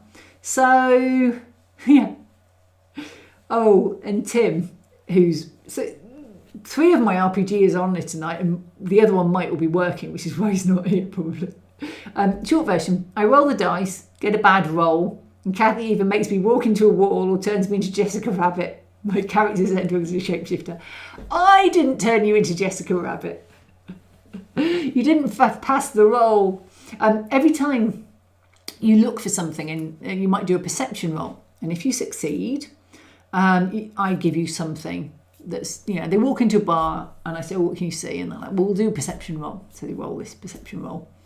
And I say, oh, you can see that the people you're looking for are in that corner bar and they're looking a bit shifty and there's some kind of Barney going on and you can probably sidle up and overhear it if you want to. Zendel always fails his. That's Tim. So he just walks into the wall all the time. It's a sort of standing joke. Doug, as he says, hides in the shadows. He's really into his stealth. So he'll do a stealth roll.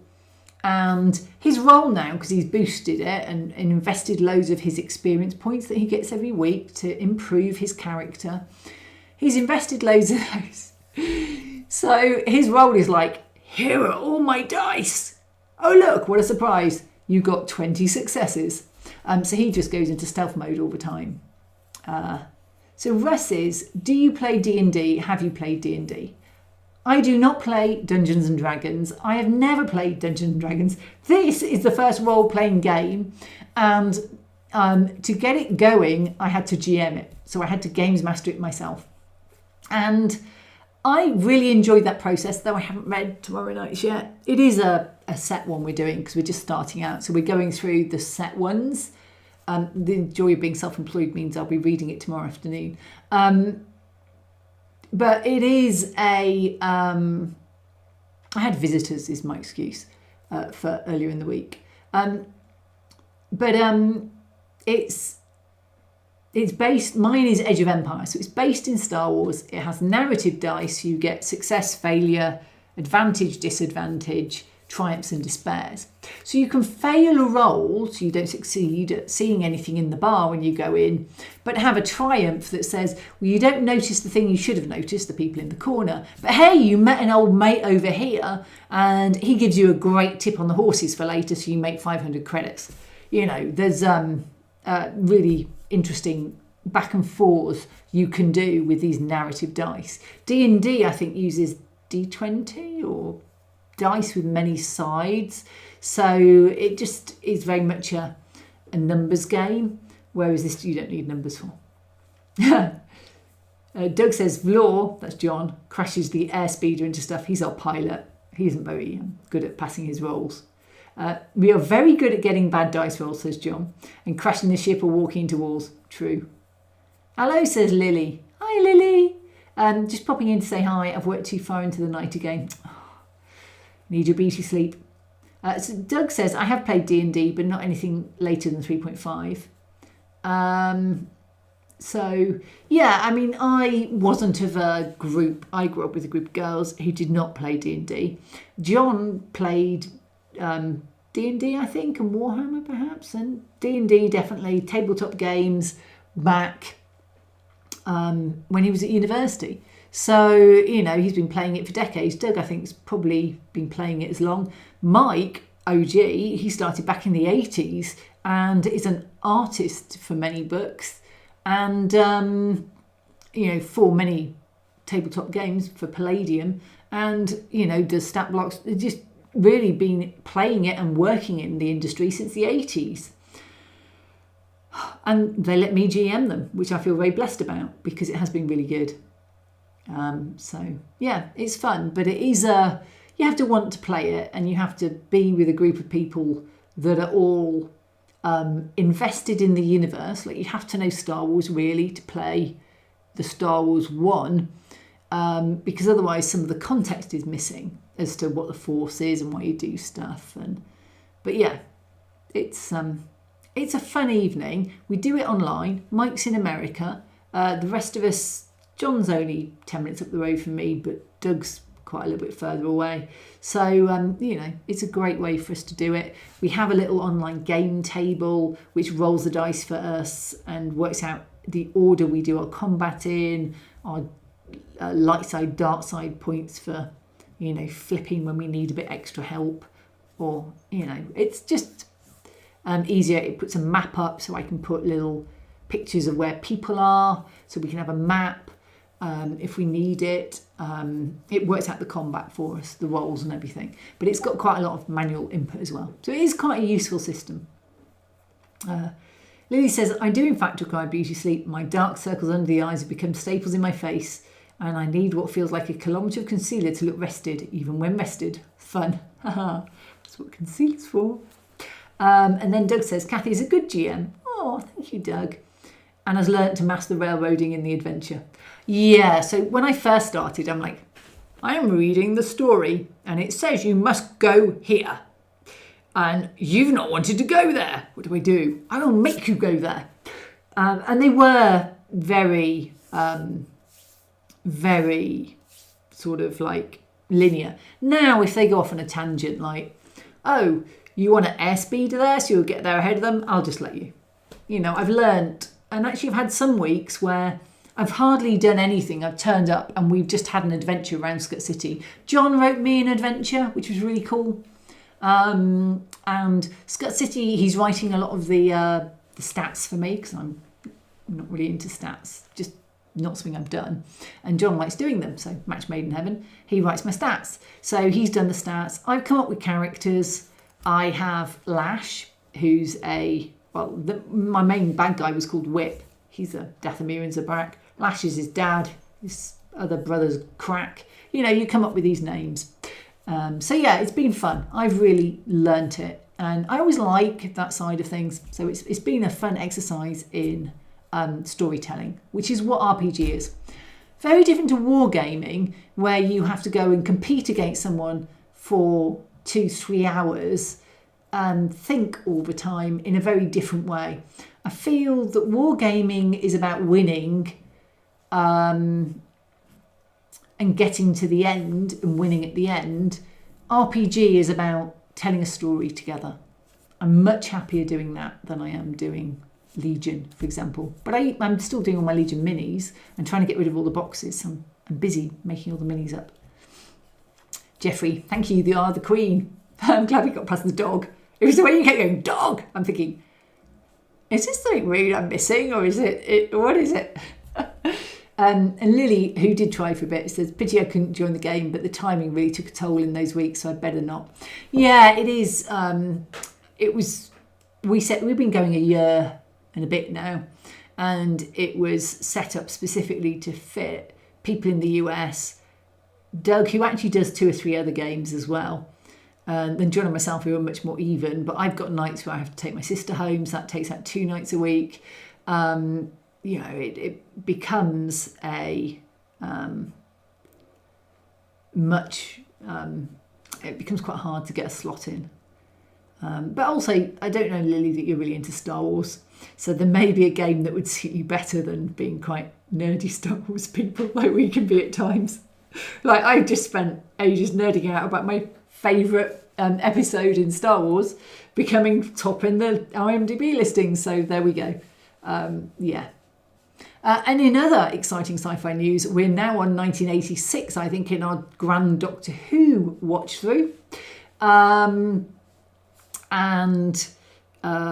We started in 1963, obviously, watching the originals. Everything's on iPlayer. We're now in Sylvester McCoy and Bonnie Langford Mel version. But we're going to stop in a week or so because Stargate comes back to Netflix, and we want to watch Stargate from the beginning, all 10 seasons, so that'll be good. So Totally Scale Model says, my brother does military miniatures and wargaming. Model railroading is my number 1 hobby. Yeah, I mean, I appreciate the effort that military miniatures and wargaming takes, and I understand why people enjoy it. But I get why model railroading is your number 1. Totally also asked, Kathy, are you going to the Spacecraft Sci-Fi and Fantasy Model Show next month? I was thinking of it.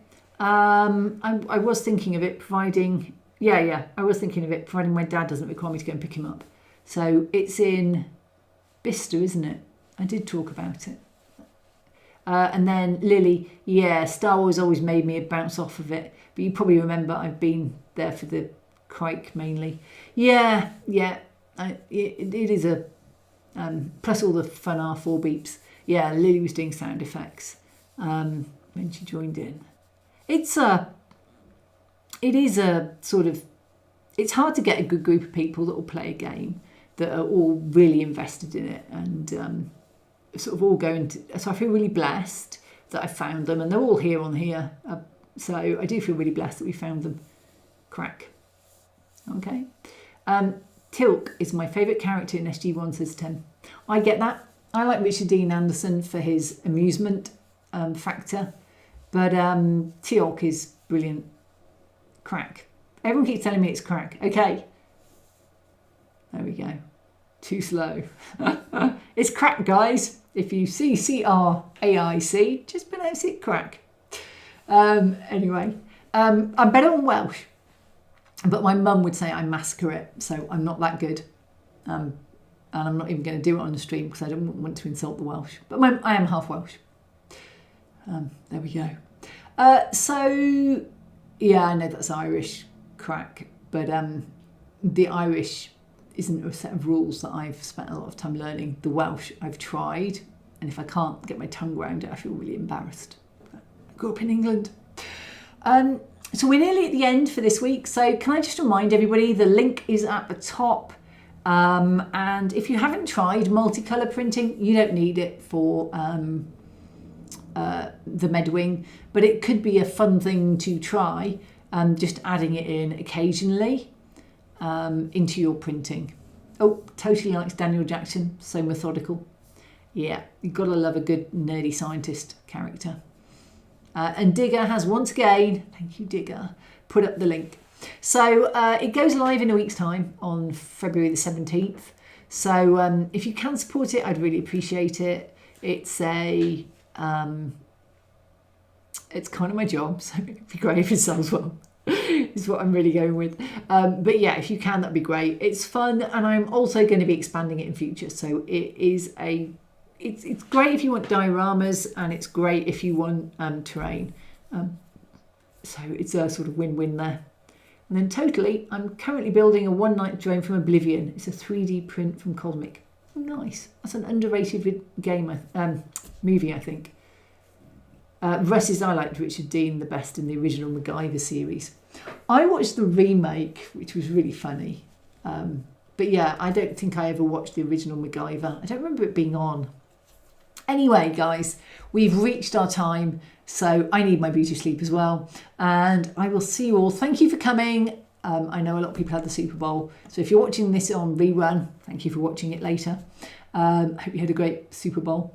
And guys, I'll see you next time. Take care. Bye.